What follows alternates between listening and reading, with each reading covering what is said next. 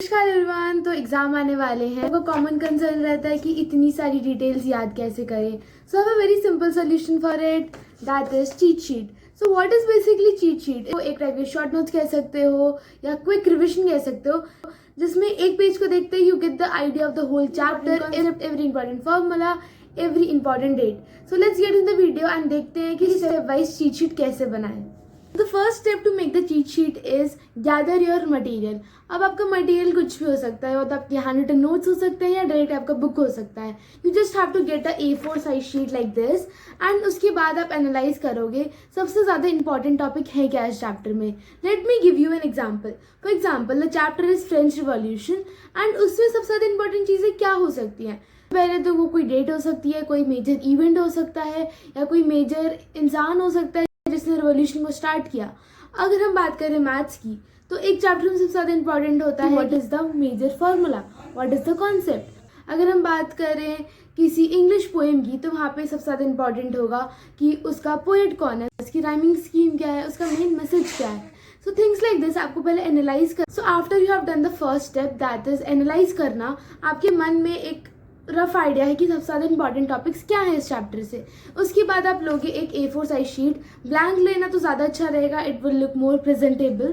तो आपने स्टार्ट किया, चैप्टर का नाम लिखा एंड फिर आपने मेजर डेफिनेशंस लिखना चालू किया। कुछ भी सेंटेंसेस में नहीं लिखना है, you can go for short forms, you don't have to use long sentences. Organisation की तो मैं जनरली 2 कलर के पेन यूज़ करती हूँ, black and blue for the content and black for the heading.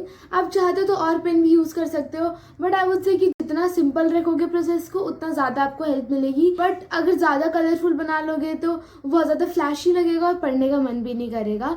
And the next thing is कि आपको उसको बहुत ज़्यादा नीट एंड क्लीन रखना है।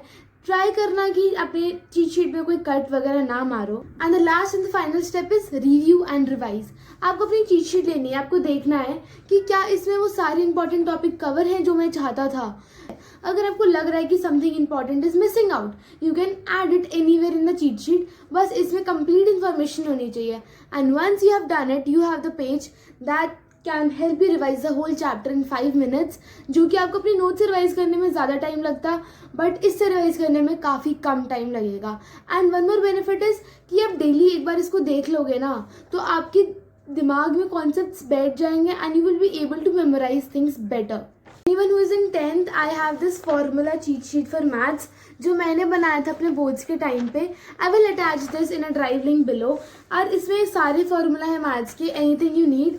So this will be very helpful for you। आप अपना खुद का भी बना सकते हो and you can either hang it anywhere ताकि वो फॉर्मूला आपको धीरे धीरे मेमोराइज हो जाए। Thank you so much for watching this video। I hope this really helped you।